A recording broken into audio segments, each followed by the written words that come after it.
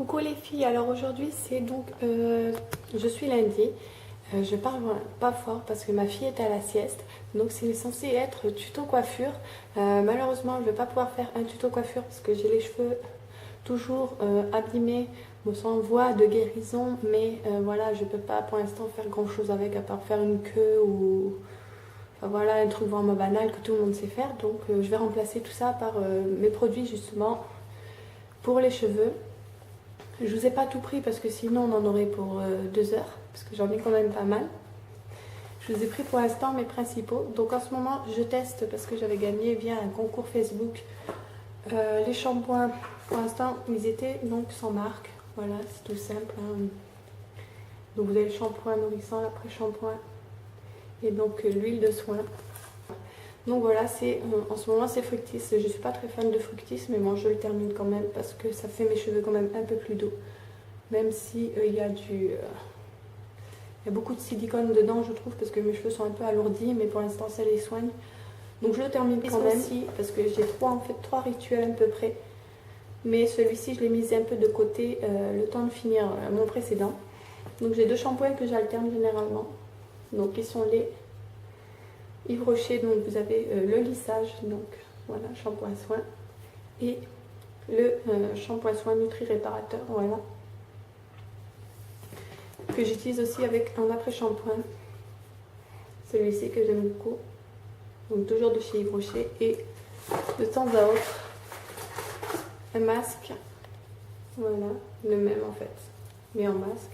J'ai aussi un autre masque que j'ai oublié dans ma salle de bain, mais que j'ai bientôt fini, c'est le Mythique Huile de chez L'Oréal, je crois. Voilà, et je vous en ferai une vidéo personnelle. Ensuite, donc j'ai acheté, il faudra que je teste, donc j'ai acheté, parce que j'ai entendu parler sur plusieurs vidéos, donc le shampoing Retour vers le droit chemin, dans le droit chemin, et puis Veganese en après-shampoing, que je testerai. Et enfin, en ce moment, je teste aussi, donc que j'alterne.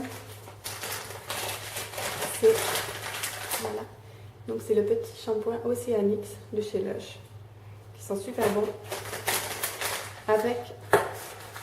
Voilà, avec l'après-shampoing. Par contre, celui-là, il pue.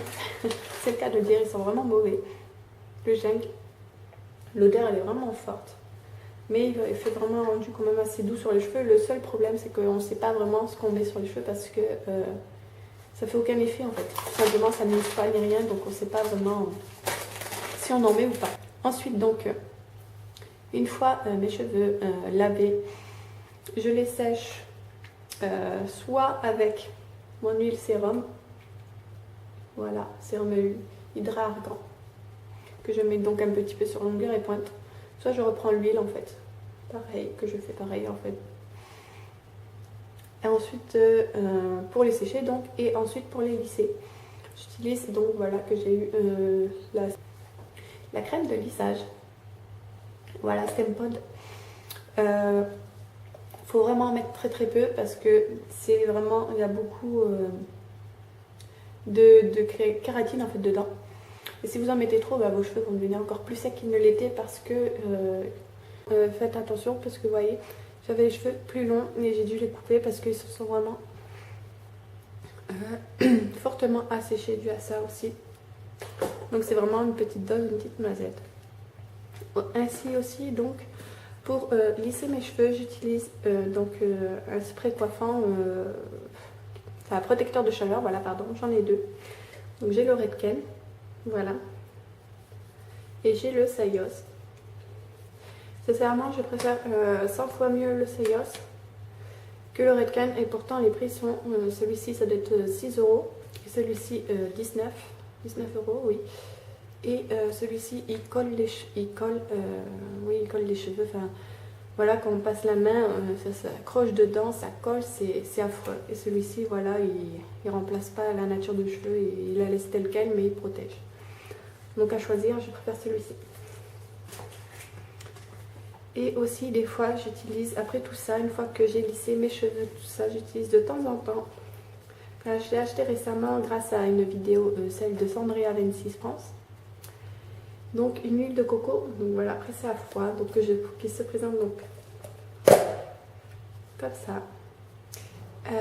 Pourquoi l'huile de coco et pas l'huile d'olive? Tout simplement parce que l'huile d'olive, elle est pas fine en fait. Donc le fait qu'elle soit pas fine, elle ne rentre pas vraiment, que ce soit sur la peau ou dans les cheveux, elle ne rentre pas vraiment comme il faut. Tandis que l'huile de coco, vous voyez, elle est vraiment très très fine, c'est une huile très fine. Donc elle s'apprenne vraiment très vite et très bien. Donc vous voyez, je fais une petite démo, voilà, je la mets.